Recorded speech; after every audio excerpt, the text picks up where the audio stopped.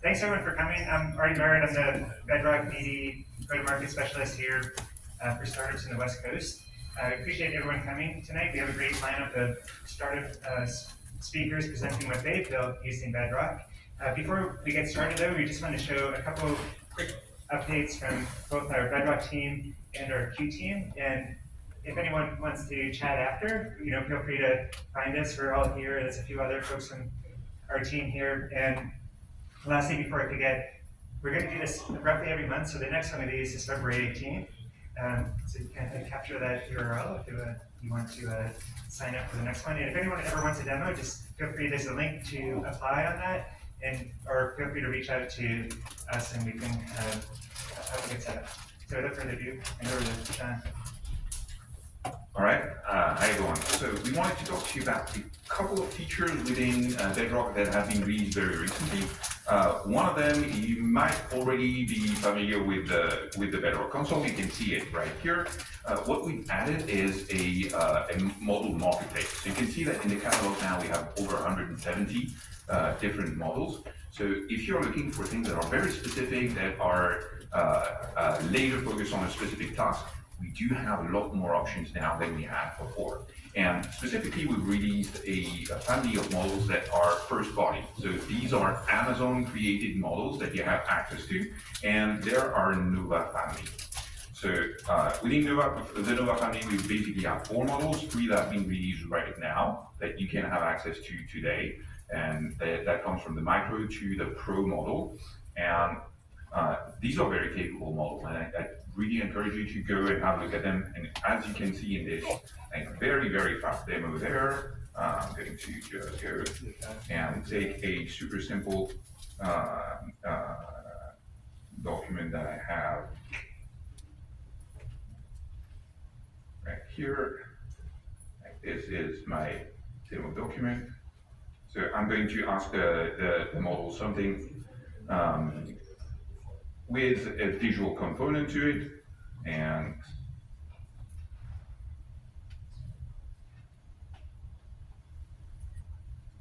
you can see that this is a model that does have multiple capabilities. So here it's describing the architecture that I have in a PNG format, and it's giving me interesting information about it. So it has reasoning capabilities. It is a very capable model, and you can start using it today.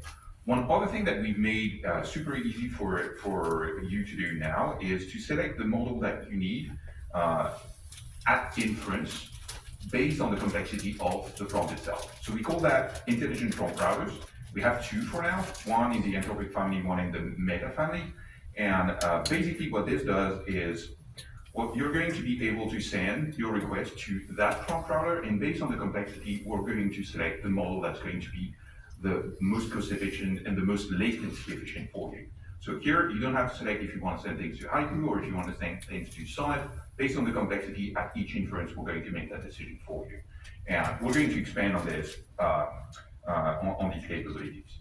So the last thing that I wanted to show you is, so we have, I'm in the right region and everything. We also have something that's called Bedrock Data Automation. So we've seen that a lot of our customers have to build out these knowledge bases of unstructured documents and extract all of the information from that in a good and efficient way.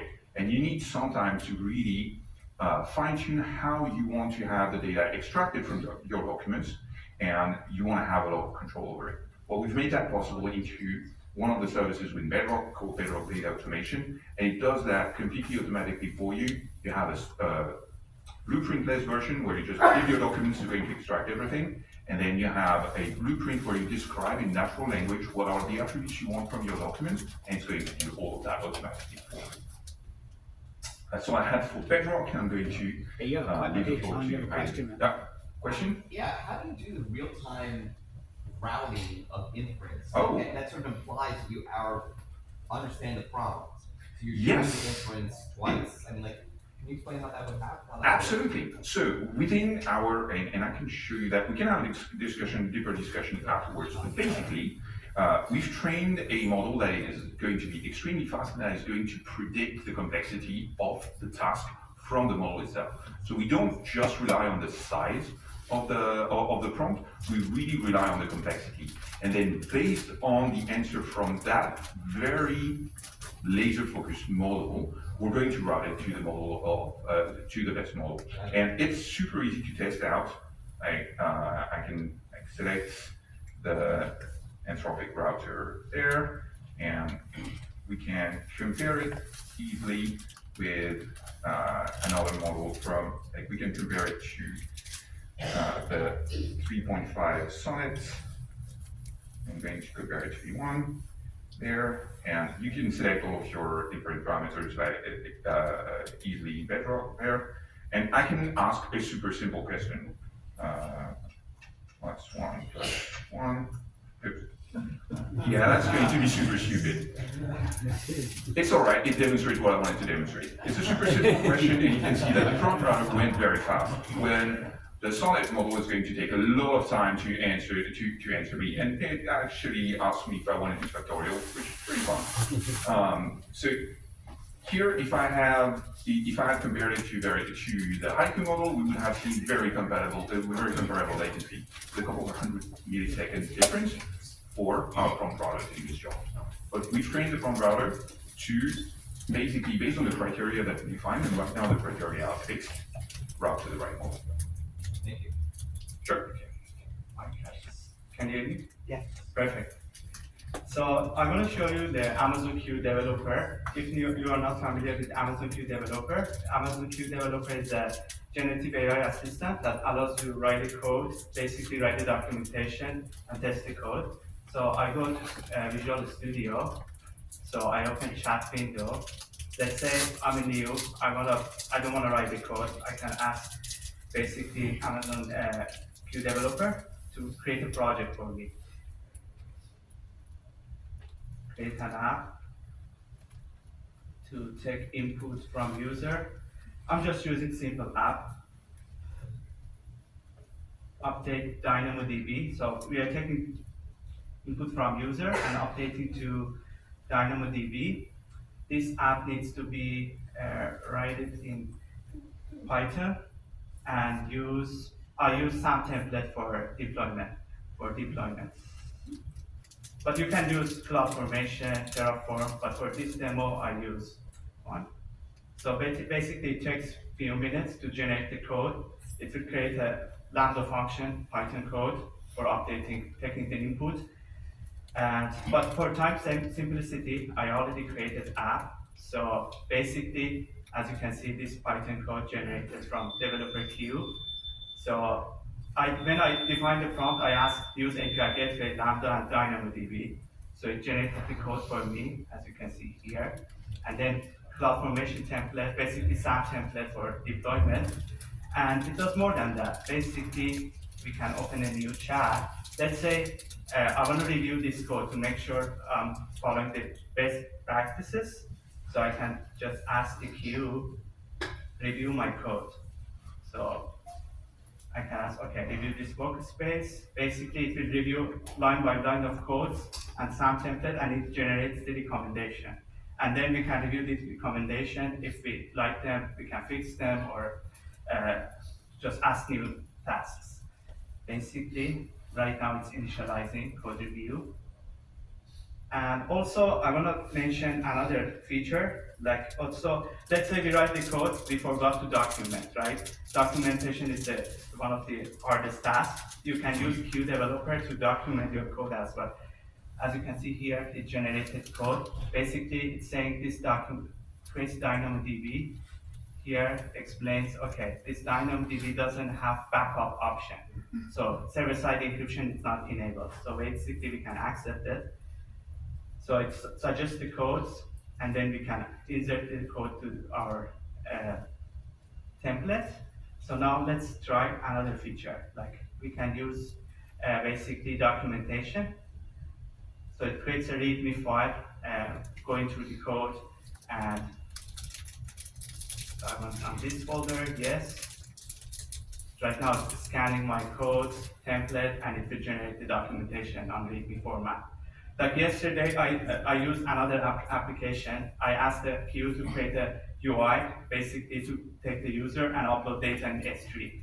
and it created it within a few minutes created. So I was able to do that. So that was all the demo. Yeah. If anyone has any questions or anything, we're going to be here afterwards and happy to talk more, like dive deeper into any of this. There's a few more teammates here. Rakesh, he's also with Q, working with Aiden and Matt. What's that? Q for Java. Does it work? Q for Java. Java for transformation. Yes. Very good. Yeah, Andre in the back. So we have quite a few folks here. So first up is Iteration X. Where's Meg?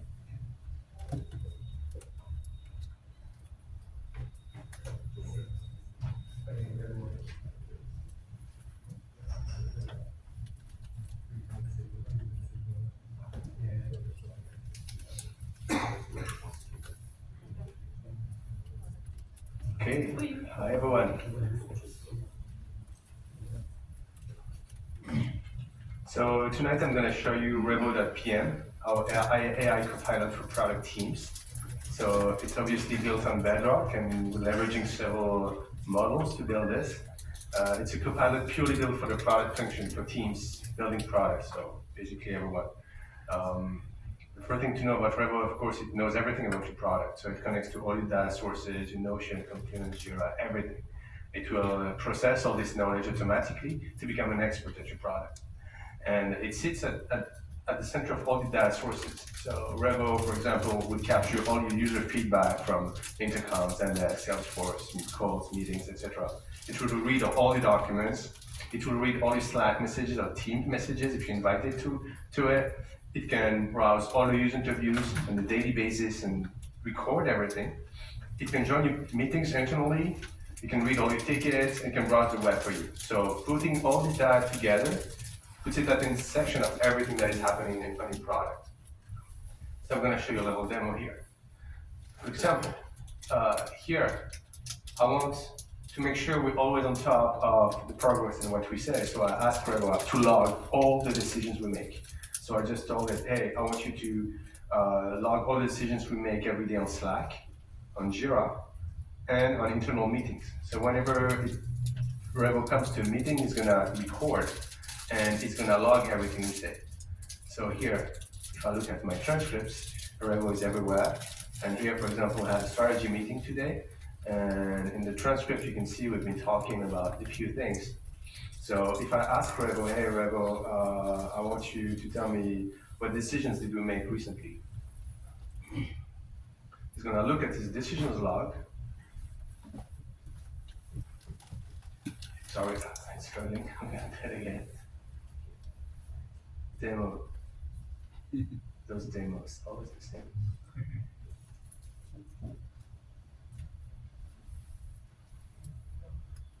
Okay, so we made a few decisions recently, and we decided to use ServiceMind API, for example. Why did we choose ServiceMind? I don't understand. I want to know. It's going to look into what we said. Directing the call, I didn't have to do anything. Revo just joins my call, and that's it. And it's explaining me why. It's because there was 82% accuracy rate, and it offers features that ensure compliance. And okay, great. Who proposed this? I want to know who made the decision, so it was Lazar, my colleague. Cool. So this is one data source, having Revo join every single call and log anything. You can say, I want you to log whatever we do at stand-up and write me a report weekly on all our stand-up progress. You can tell it what you want, it just painlessly does the work in the background for you. So this is really, the framework is really having someone, an agent that works for you in the background. And I can ask it to do other things.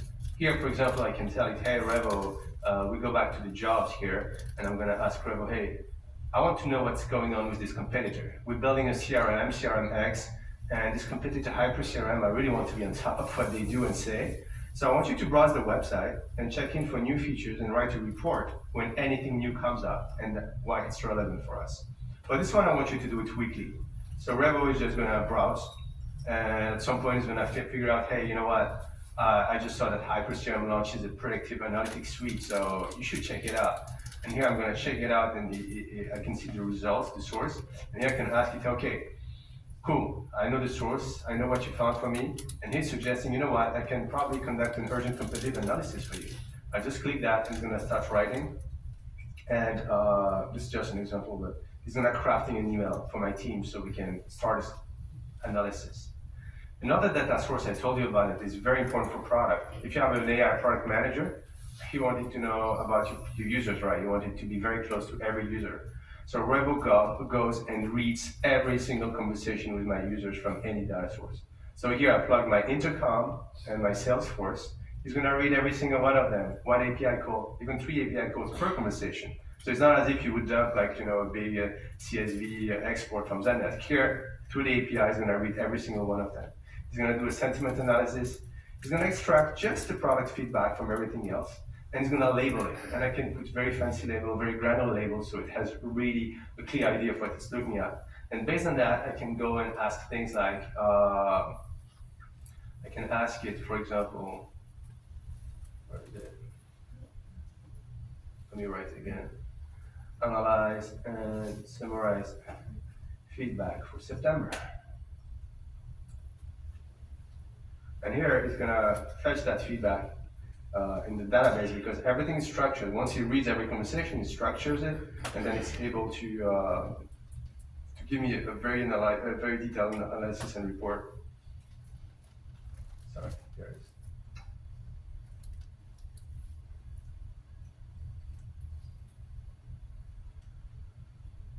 Sometimes when the Wi-Fi is not great, it loses the WebSocket. So, not sure why.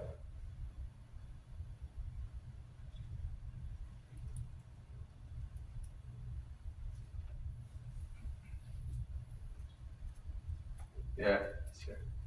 Sorry about that. So here he told me, hey, I found like 8 themes in your product feedback. And here, for example, he's telling me, you should look into like, custom objects in fields.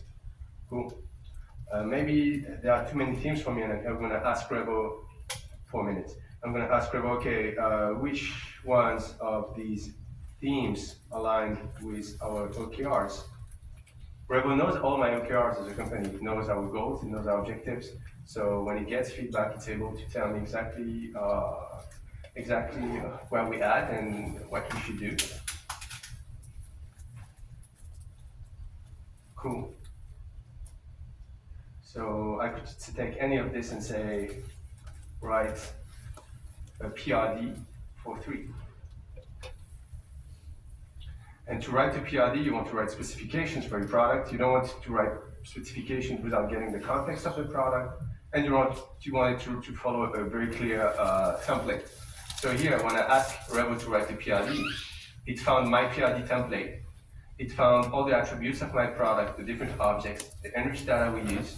It fetched all this data automatically, and now it can write a very sophisticated PRD for me because it has all the context. And if I want to change my PRD template, I just go here to my PRD template.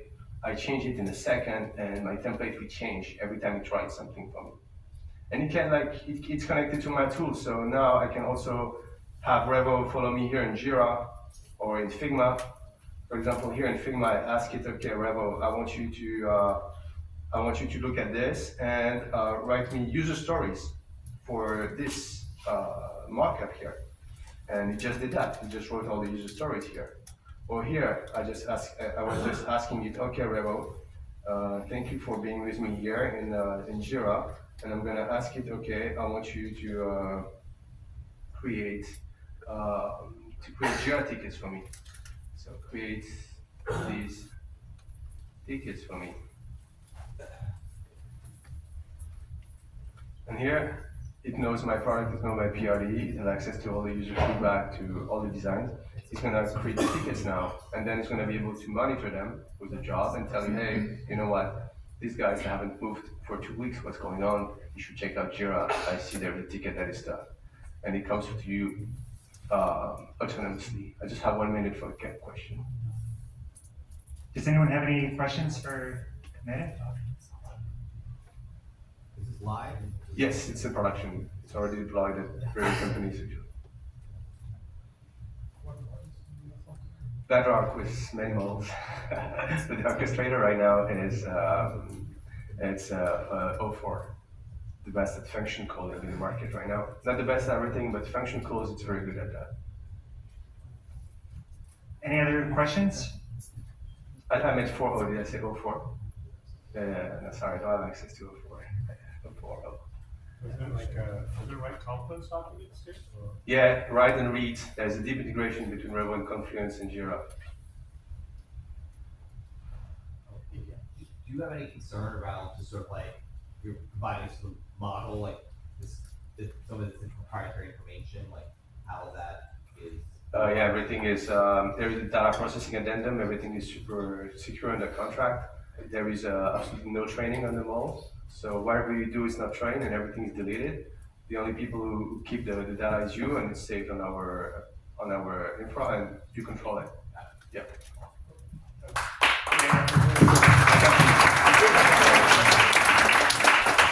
Next up, we have Kit with Listen Labs.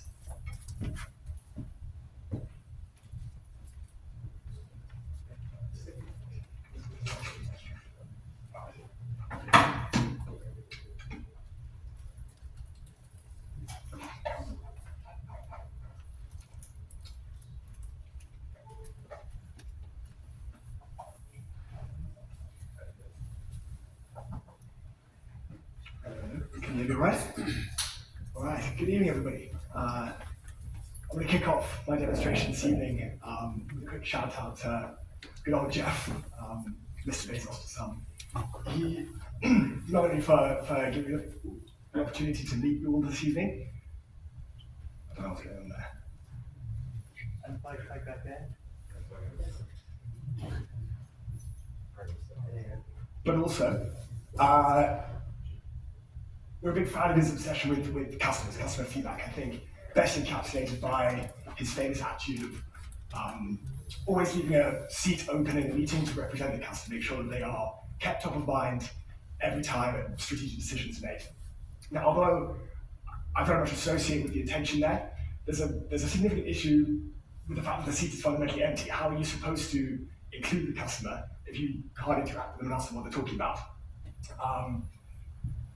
Ideally, you would, just before the meeting, go out there and interview every single one of your customers. You would talk to them, you would ask them questions, what they're using the product for, feedback, etc. Analyze all of that to bring that into the meeting, but unfortunately for obvious reasons, that can be a little bit expensive or time-consuming, complicated. So your alternative is maybe an online survey. This is a survey I recently received from AWS.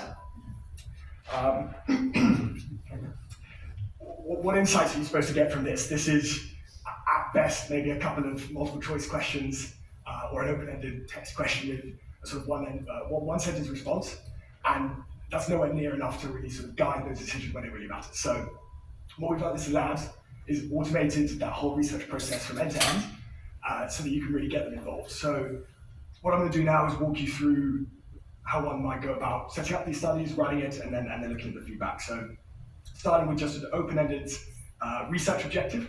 What I've got here is a quick study interviewing current users of Amazon Bedrock, asking them about their use cases and their sentiment towards the product compared to alternatives. So if we go ahead with that, it's going to take those research objectives, translate that into a series of questions that is going to sort of get that information from the customer. On the left-hand side here, you can interact with it as you might expect, add, remove questions, change the vibes, whatever it is that you're interested in. From there, we can go into the actual edit tool for more detailed stuff, and the real next component is going to find these people, recruiting the participants, incentivizing them, etc. So for that, we integrate directly with hundreds of thousands, actually recently millions of consumers all across the globe. And here you can put in who it is that you want, whatever it might be, or just filter on standard demographics and figure it out. So, in a sort of, if I were to channel my inner Martha Stewart, here's what I made earlier. Last night I ran a quick study and interviewed 5 real-life Bedrock users. It'll be a little bit embarrassing if any of you are here tonight. But this is the screen that they would see when they first entered the study. I'm actually, for technical reasons, going to have to quickly unplug here, but it's audio, so I hope you can hear. Tell me about the most interesting recent project where you used Amazon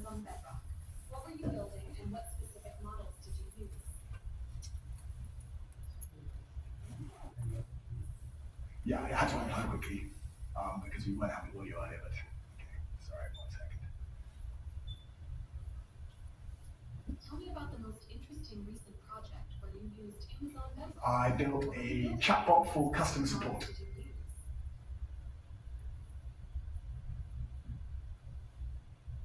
I didn't quite catch what you Okay, did. never mind. The point is that it'll start with the question that you give it specifically, and crucially, unlike a survey, it's going to take the details that the respondent is giving, really follow up on them, and say, okay, tell me the specifics about your chatbot, why it's useful for customer support, or whatever that might be, to get those level of insights that you're not going to get from your standard survey online question.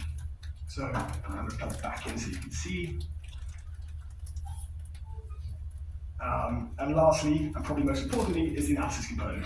And I think this is the most incredible function. What it does is it has a unique ability to turn open-ended quantitative information into quantified, real-life analytical outputs in a way that, take it from me in my past life, I used to do a lot of these research projects, and when you ask somebody open-ended stuff, it's that everybody's going to give their response in a different context and wording, and it's very difficult to isolate recurring themes or crucial differences, and it's much better than I would. So a great example down here is, without prompt, it's identified an interesting insight here that 3 out of our 5 users had a slightly less complex use case for the Bedrock integration than the 2 others.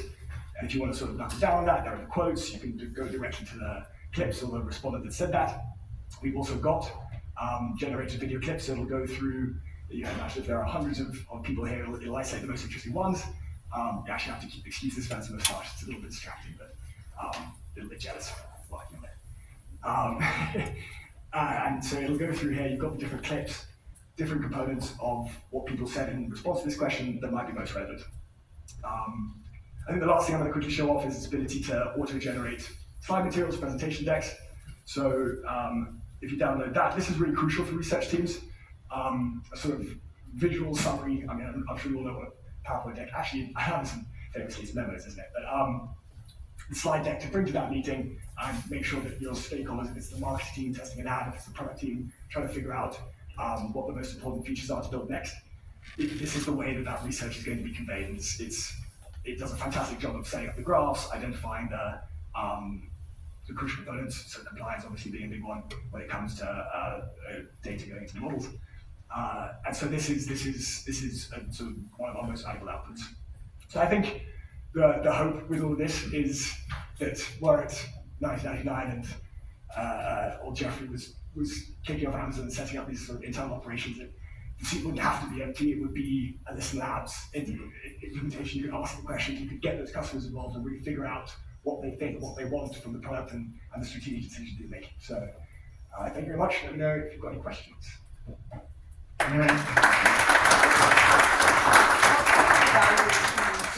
What kind of evaluation research have you done to compare the studies that you administer for your tool versus a human administering to determine whether or not you're actually getting similar kinds of feedback or which is better? So, I'm interested in anything you've done around that. So we've done a lot formally and informally. Naturally, at this point, we're often replacing maybe a recurring study that people do every month, and so you can quickly do a month to month compare the questions that were asked last month to this month, and then equally, already we have a couple of sort of expert researchers that are helping us part-time to moderate all this stuff and make sure that it's on track and doing much better.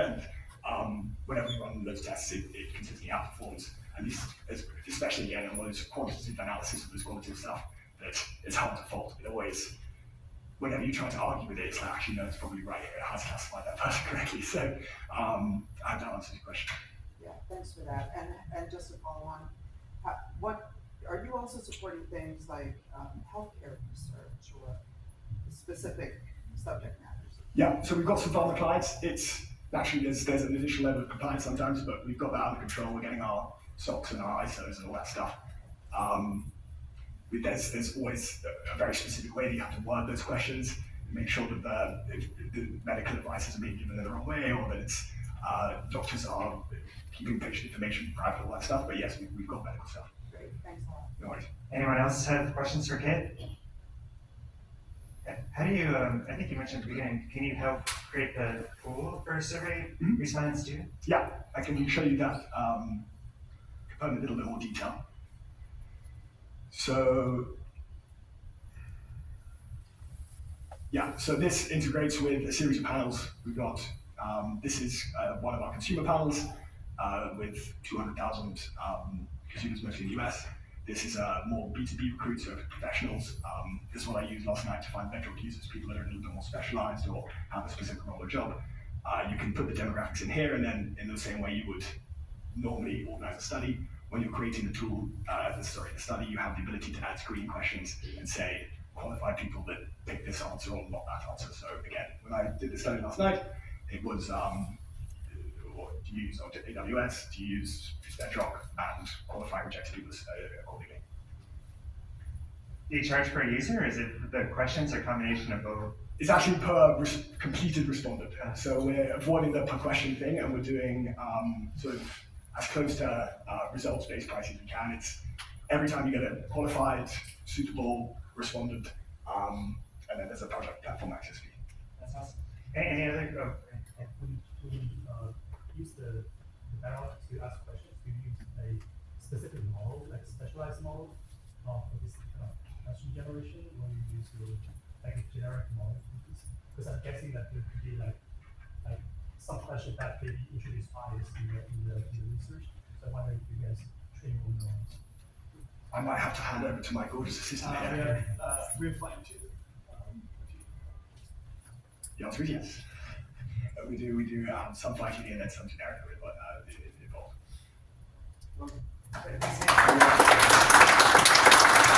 Next up we have Max with there you go.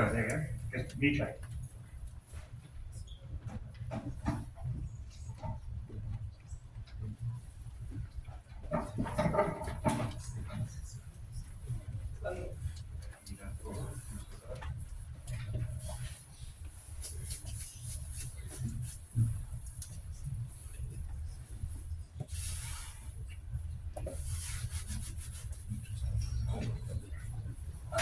Can you hear right? Cool.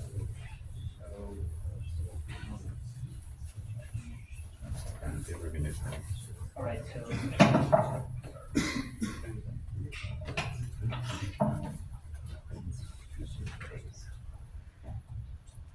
okay. So hello everyone, I'm Max, founder and CEO of Metreek. And today I'm gonna present to you our AI agent for analysis, reporting, and task automation for e-commerce online stores. So for now, we're a typical team. I'm not the CTO, so unfortunately, I won't be able to respond like technical questions. But well, my CTO Martin, he's been for over 11 years as a full stack developer, data science and AI, and myself, I'm a second-time founder. And basically, in my previous startup, I helped artists in the music industry to make over $8 million, and also I did a lot of data analysis for governments and some companies in Latin America. So basically the problem is that current analytics tools normally, they are too complex. Online store owners and managers, they are not technical experts, yet these solutions require them to understand technical concepts like databases, tables, columns, etc. So I think that these people won't even know what a bar chart column is. So that's why they end up hiring data analysts and agencies to create dashboards and start interacting with their data and get a better understanding of what's happening with their businesses. On the other hand, we have e-commerce platforms today like WooCommerce or Shopify, those that are just providing super basic data and KPIs for strategic decisions. And on the other hand, they are not offering a way to customize dashboards so they cannot get this understanding of what's happening with their online stores. Why we are super excited about this opportunity is because the US e-commerce market is generating over $20 billion a year. And yet there are a lot of challenges to be faced and processes to be automated. And thanks to AI, obviously we are going to be able to interact with data in more efficient ways.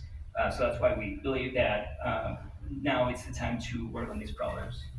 So with Metreek, we are turning complexity into simplicity. I love that phrase. And basically, the users, instead of those that are store owners and managers, instead of using, for example, Looker Studio or IBM or NinjaCAD or Datadog or all these different analytics tools, and obviously, instead of trying to understand which tables have to use from their e-commerces or which tables they have to cross and all those things, they just install our plugin. Then they authenticate. Second, they basically they just enter like the report name within our chat or AI report generator. And finally, Metreek, what it does is that it will return and automatically report and analysis and bring actionable recommendations in a matter of seconds according to their business, eventually according to their industry in a matter of seconds. The other thing, and I'm going to show you afterwards, is sorry, that's the one, is that the users can configure their AI agents with just a prompt and some parameters like the timeframes and stuff like that in order to have them to work autonomously 24/7. So they can get automatic reports, every hour, every day, every week, every month, you name it. And basically reducing days or hours or days of work, and eventually saving tens of thousands of dollars a year. So the process behind Metreek has 3 points. The first one is that we receive the user request for action types categorization. Second, we use RAGs to create query plans and generate analysis responses. And finally, we present the consolidated data. So basically, we can deliver the results in a clear way and covering any need that they could have accurately. So this is like a more technical way to explain, like a little example of how a user can interact with our AI chat. So first, we're using Bedrock, Sonnet 3.5, V2, and Hildrans to generate a query plan based on the prompt, the user's prompt. Secondly, through a ranking system, we can start generating a query based on the prompt and also based on the integrations that the user has linked into their accounts. For example, WooCommerce, Shopify, Google Analytics, Metapixel, etc. And finally, the engine, what it does is that it will take those queries and those environments as base and start generating and executing a refined query. So it returns the required data in order to send those data sets for pre-processing calculations. This process is repeated as needed in order to have the correct query, and finally, obviously, get the required data for the prompt goal.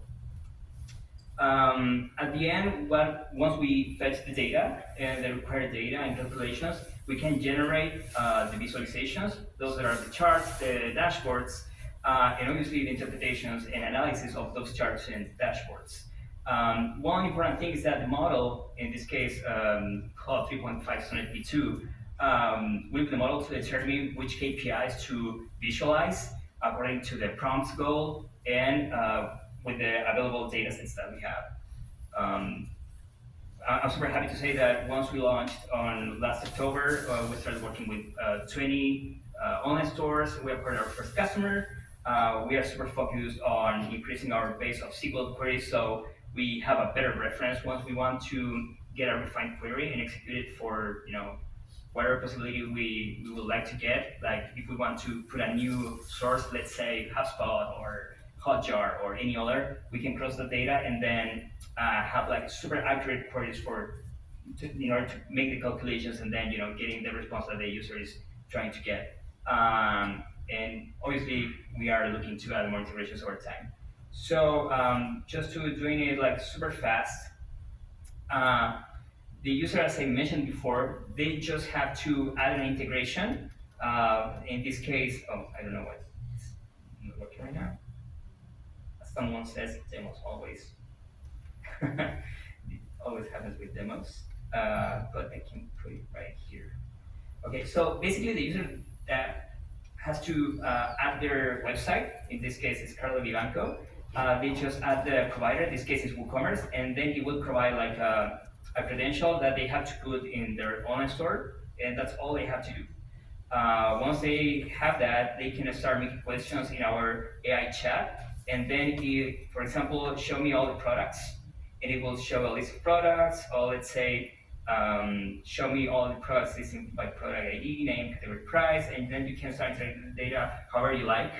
On the other hand, we can use the agent and configure it with with a simple prompt and start putting like parameters like time frames, all those things. Also, I can put time zone, which is important if a online store has, I don't know, different stores around the world, and they will have different time zones, like New York or London, etc. And then it will start generating the tasks to make it happen. And obviously, it will get the data sets for that goal. In this case, I don't know, it says I new recurring customers per month, a return value, and those kind of things, and then it will generate the reports and send it to the user, according to the time frame that they set. And for the reports, I will put just a video because I'm bronze right now to show you that. But I can just enter like the name of the report, sales report, for example, and in a matter of seconds, it will generate like the report for it, and you can play with blocks and also put some analysis blog as well eventually.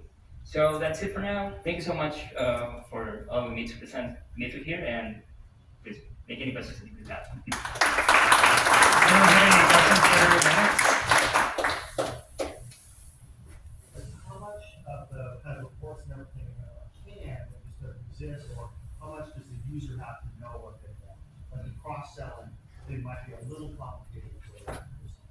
Yes, exactly. So we are working on templates. So for example, some users want to know in terms of what kind of reports could be better for those. But also we're training like a model in order to understand like what are the questions that they are asking the most. So based on those questions, then we are building the reports for them and start like suggesting those for them over time. Oh, maybe just one last time, yeah. Can you tell me more about how does your customer train your models? Like, what is the process? Oh, that's a technical thing that I couldn't respond right now, but Okay. yeah, sorry about that. Well, thanks again, Max. That's okay. Thank you so much. With Portal 26.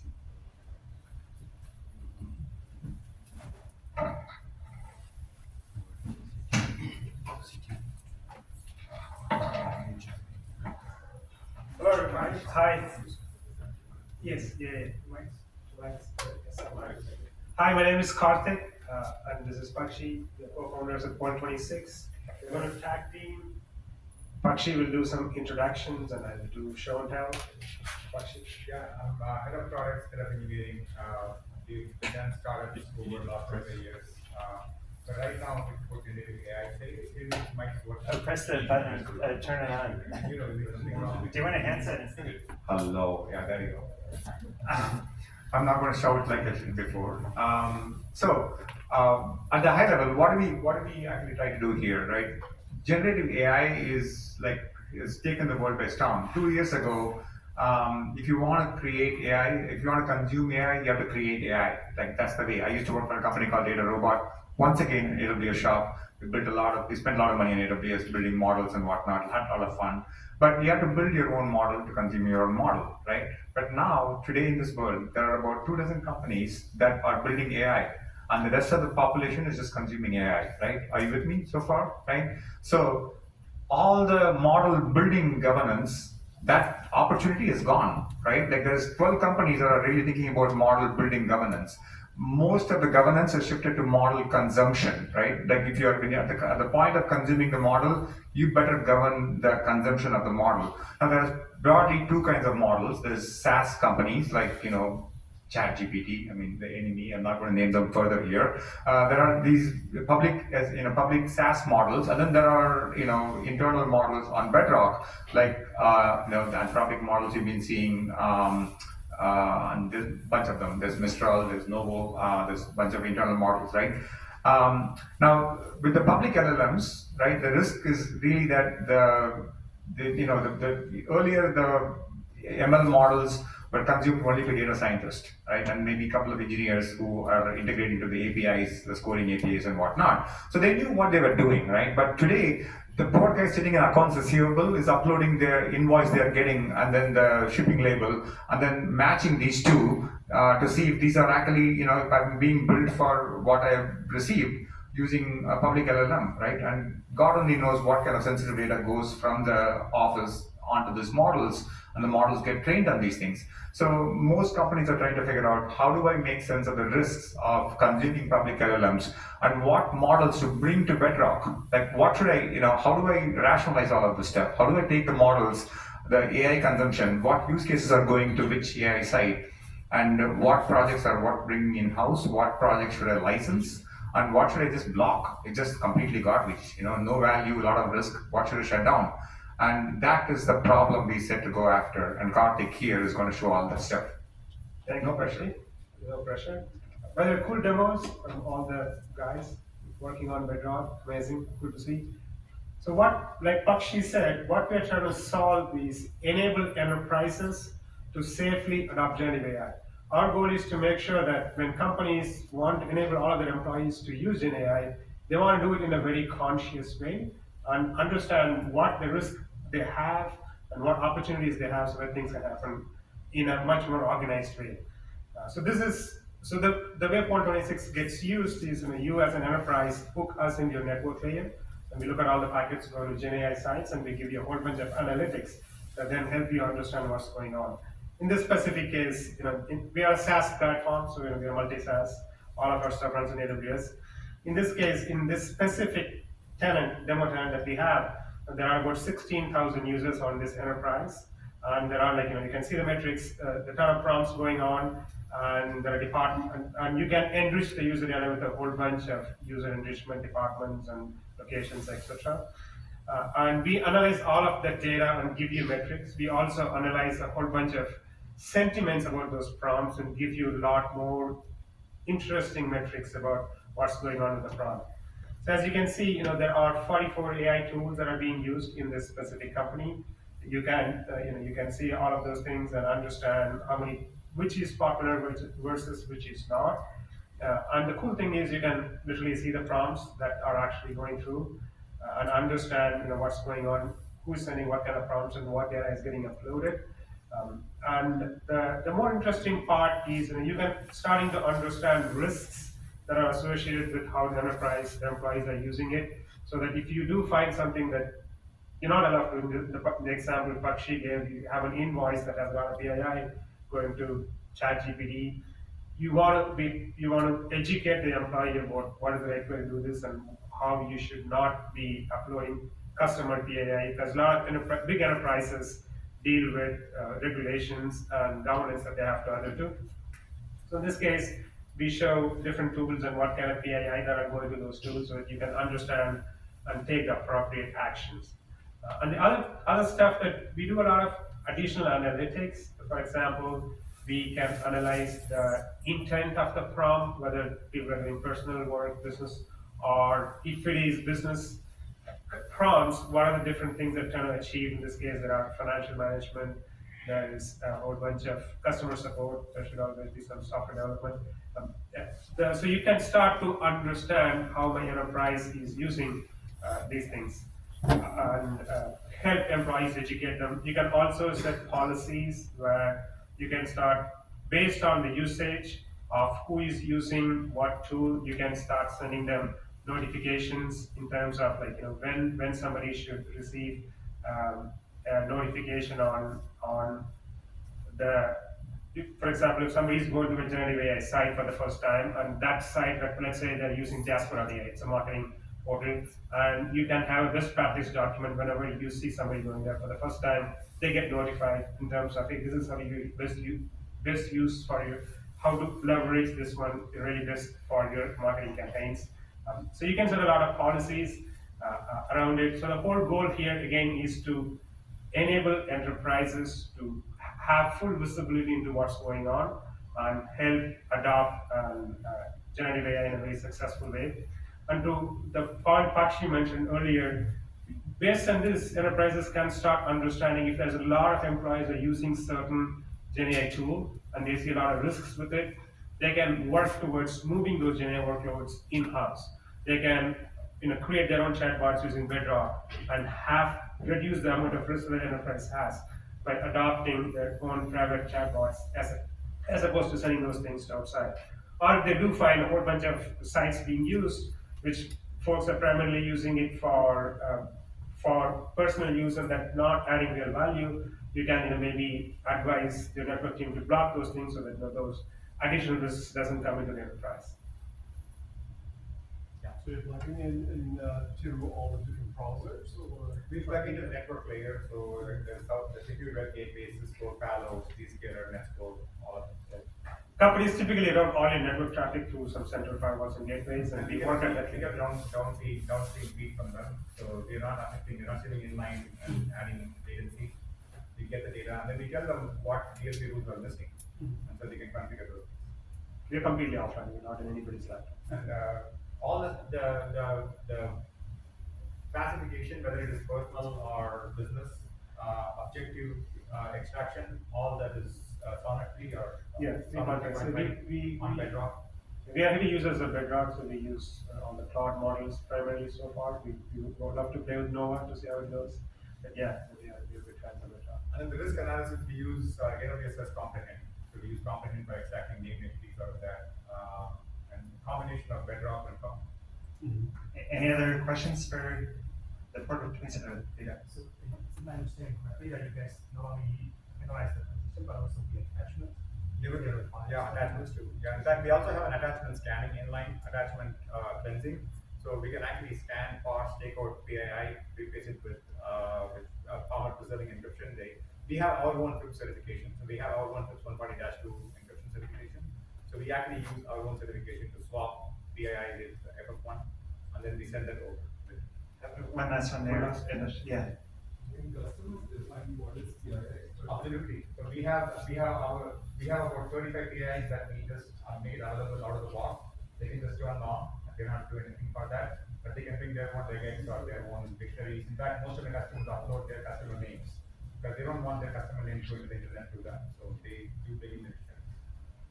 Well, thanks again, Karthik and sharing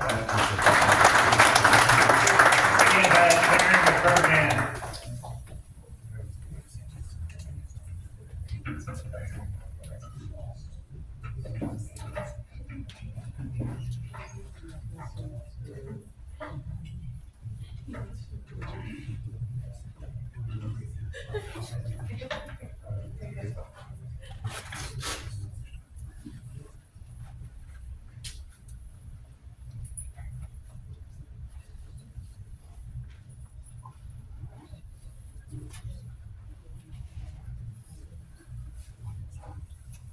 All right, can you hear me? So, hey everyone, my name's Darren. I'm the COO and co-founder of Rubbarband.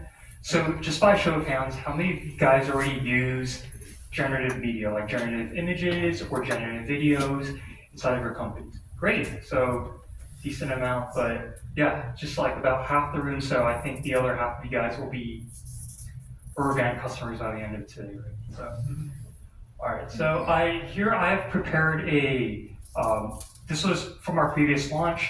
We launched videos on Rubbarband, so I'm just gonna go ahead and play it. But our mission at Rubbarband is to create the platform, the one-stop shop for all of your generative image and also generative video media needs. So I'm just gonna go ahead and play this.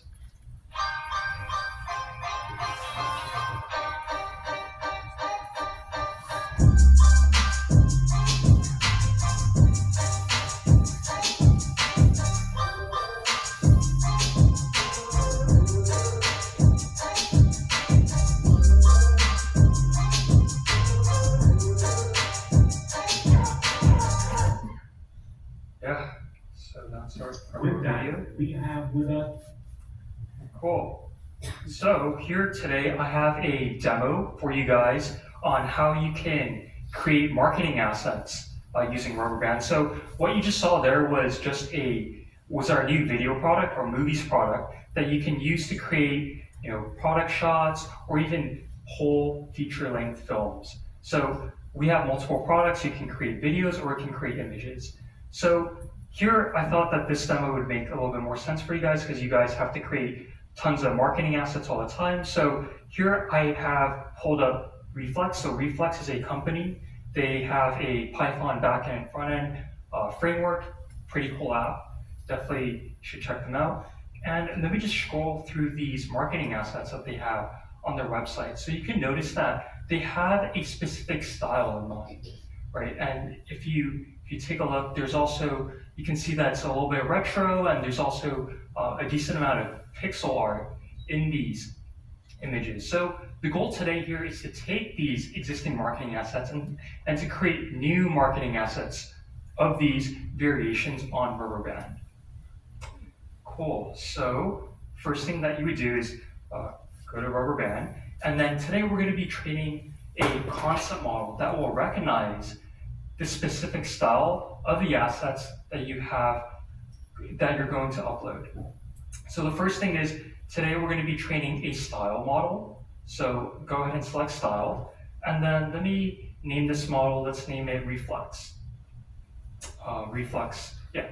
And then here you want to provide an explanation of what this style is, just a short explanation. And let's go ahead and put that in. So Reflex, we are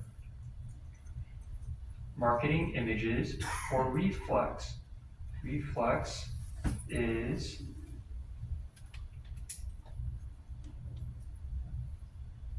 and purple colors, okay? And here I've pulled up these marketing images that they have on their blog. So let's go ahead and upload them.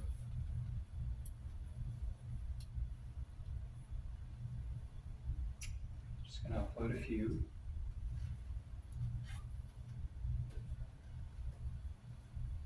Cool, so now they're uploaded. And let's go ahead and caption these images.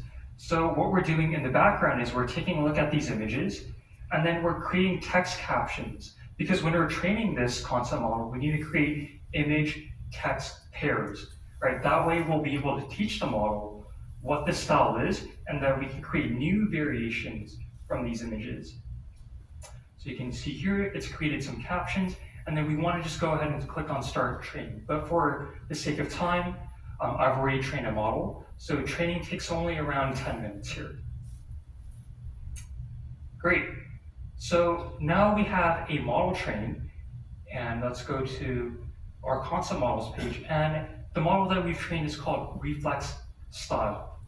Okay, so now we're going to be using this concept model to create new images. So let's say that we have a new product launch on Reflex, and the goal of this image that we're trying to create is improved rendering, let's say. So for this improved rendering image, let's go ahead and create some images, and we're going to take these images and then we're going to turn these images into a video, right? And the reason why we want to do that is because as a marketer, I feel that if we're launching this improved images marketing assets, it's a lot more interactive, right? Because it's a lot more interactive if it's an animation, if it's a GIF. So let's go ahead and do that. And here we want to select the model that we're going to use. So here you can select from all the models that you saw in the promotional video. So here we're going to be using Runway. And let's go ahead and select the Reflex style model that we have just trained. Okay, so now we want to create a text prompt. So let's go ahead and write something simple like Reflex style with the words improved. And let's add some movement. So let's just add, let's say a cat on a skateboard. Okay, and let's click enter.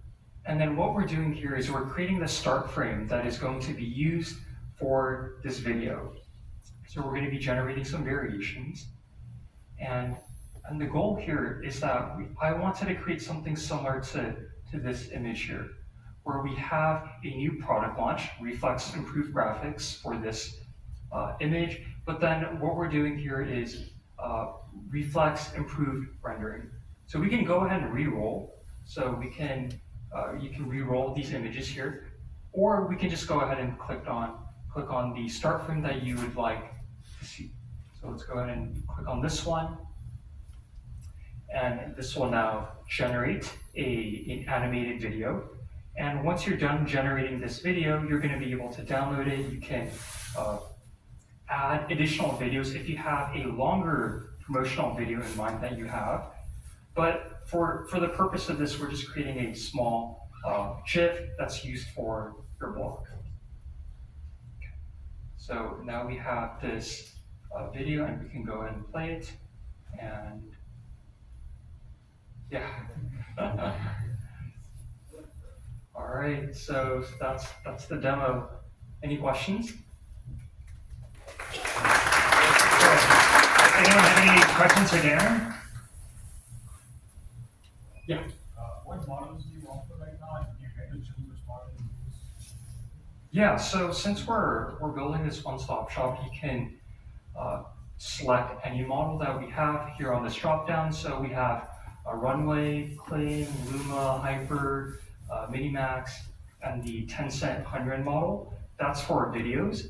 And for images, we support the Black Forest Flux images. So the start frames that were just generated, they're all generated using Flux Pro.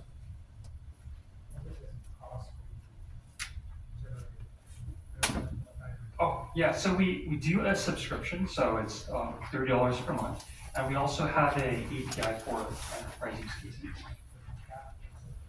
Oh, yeah, so we have a credits-based system on here. So yeah, every single video has different credits. So for instance, for Runway, this run will cost 50 credits. So you just burn down these credits as you go for the month. How long a video can you make? Is there a max limit? Yeah, I mean, right now for these models, you can create up to 10 seconds, but this will only get longer in the future for sure. Anyone else have questions for Darren? Well, thanks again.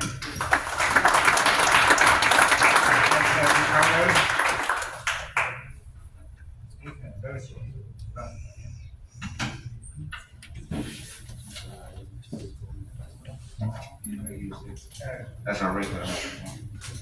Can you guys hear me? Perfect.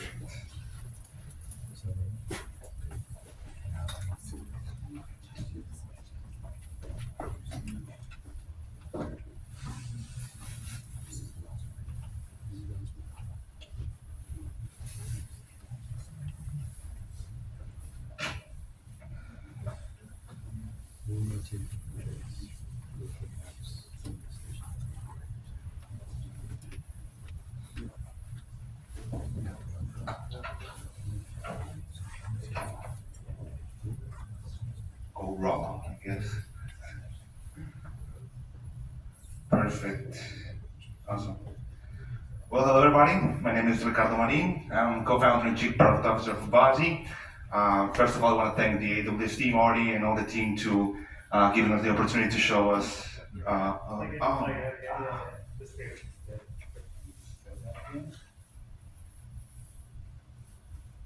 We good?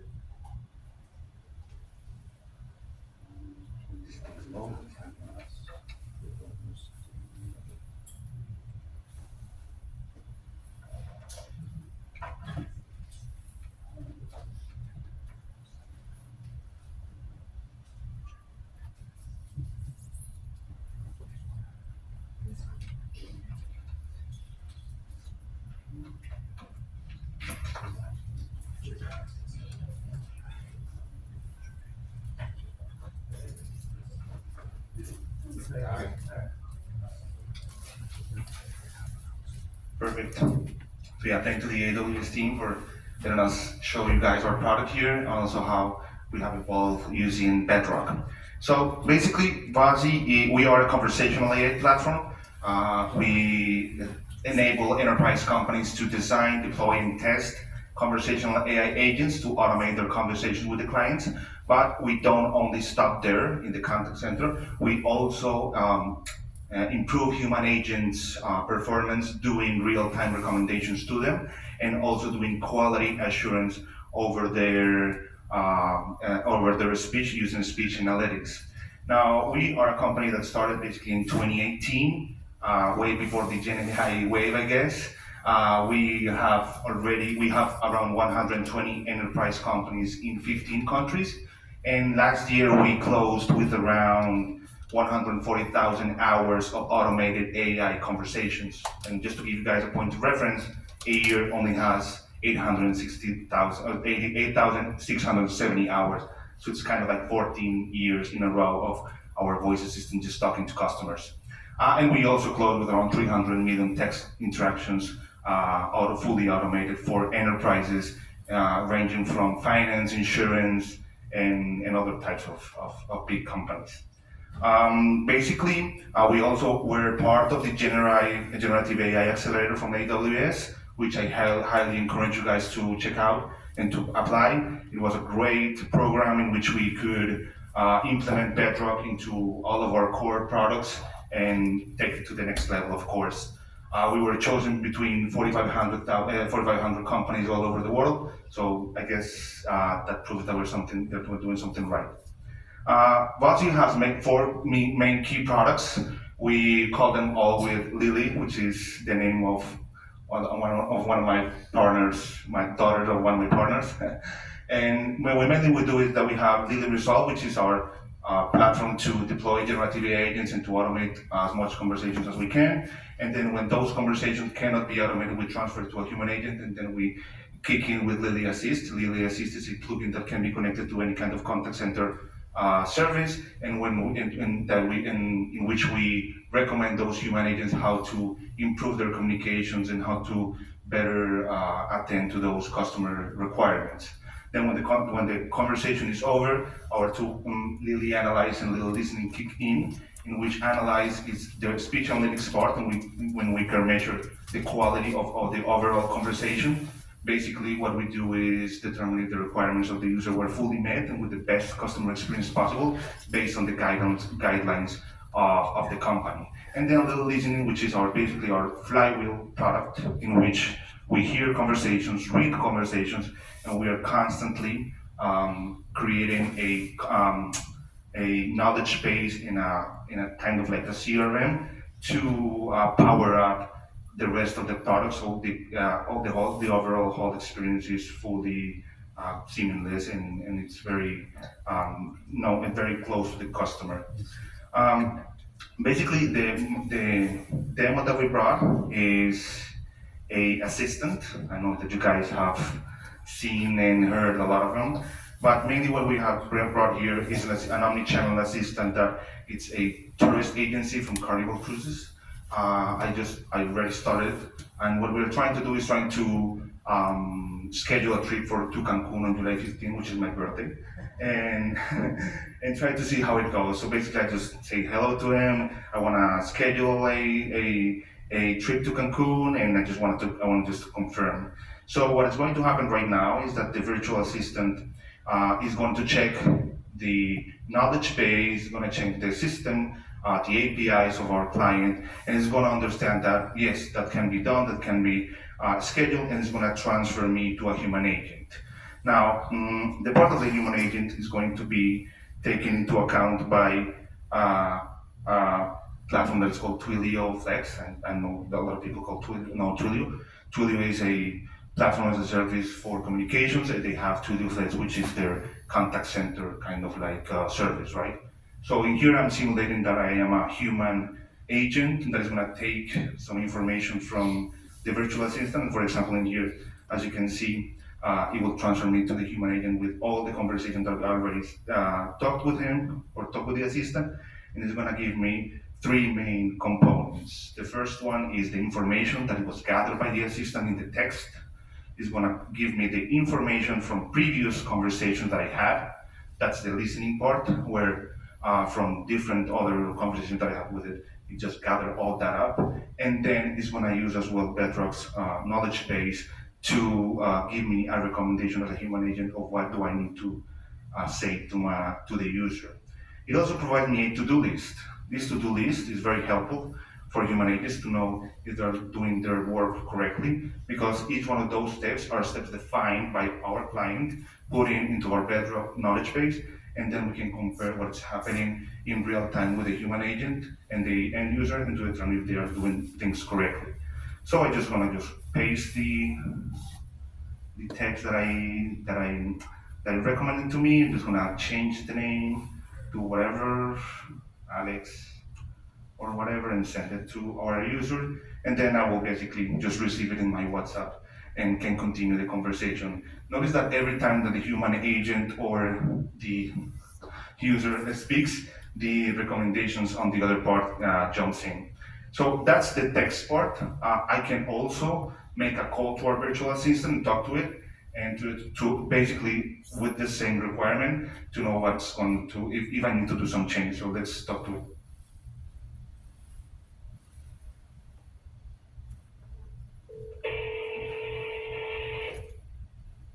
Welcome, traveler. Welcome to Carnival, where the waves bring fun and every day is a new adventure.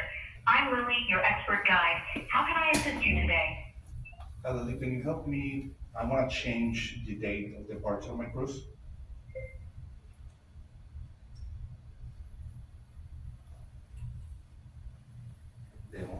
I can help you with that. First, let's find your reservation. Hold on. Can you please tell me what kind of luggages can I take to my trip?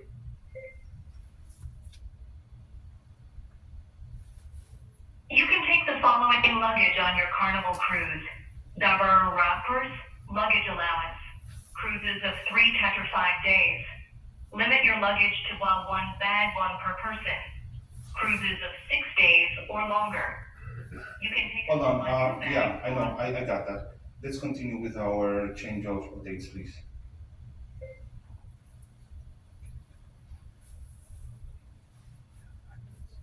So yeah, I just want to cut this up because we're running out of time. But essentially, that's basically one of kind of like an omni-channel communication, both text, voice, and human agents. And at the end, we have our speech analytics part, in which everything is powered by Bedrock, and also a little bit of a nod to QuickSight, which we embedded in our platform, in which we obviously analyze all the conversations and put them here into a very neat insights, in which we can even determine even the details of each one of the calls, their summary, what happened to them, how many of the agents basically say hello, presented themselves, if they provided the regulatory messages and all that stuff. We can measure everything out here, and even the silences of each one of the agents and all that stuff. So yes, I just got 1 minute, so thank you very much. And any questions? Anyone have any questions for Carter? What languages do you support? Yes, so I think that we can all agree here that languages are not a problem anymore. We do basically Spanish, English, and Portuguese, but I think that in the future that's going to be translation is going to be solved. So that's. I think that the voice assistant can talk in the 2 languages at the same time. When I start talking with him in Spanish, he will respond to me in Spanish. Any questions for Carter? Do you integrate any existing system like Genesis, Salesforce? Great question. They are kind of my competition, but my main competitors are our traditional contact centers and all that stuff. That's what I'm trying to get in. Genesis, we have talked to them a lot to try to implement our technology into them, but yeah, they are more closed doors and all that stuff. So, thanks again, Ricardo. We appreciate everyone coming out. I think there's still some drinks and all if people want to hang out and network a bit more. Thanks to John and where is that? Here it is, for doing the demos of Bedrock. But we appreciate everyone. And February 18th is the next one. So if you're interested in demoing, let us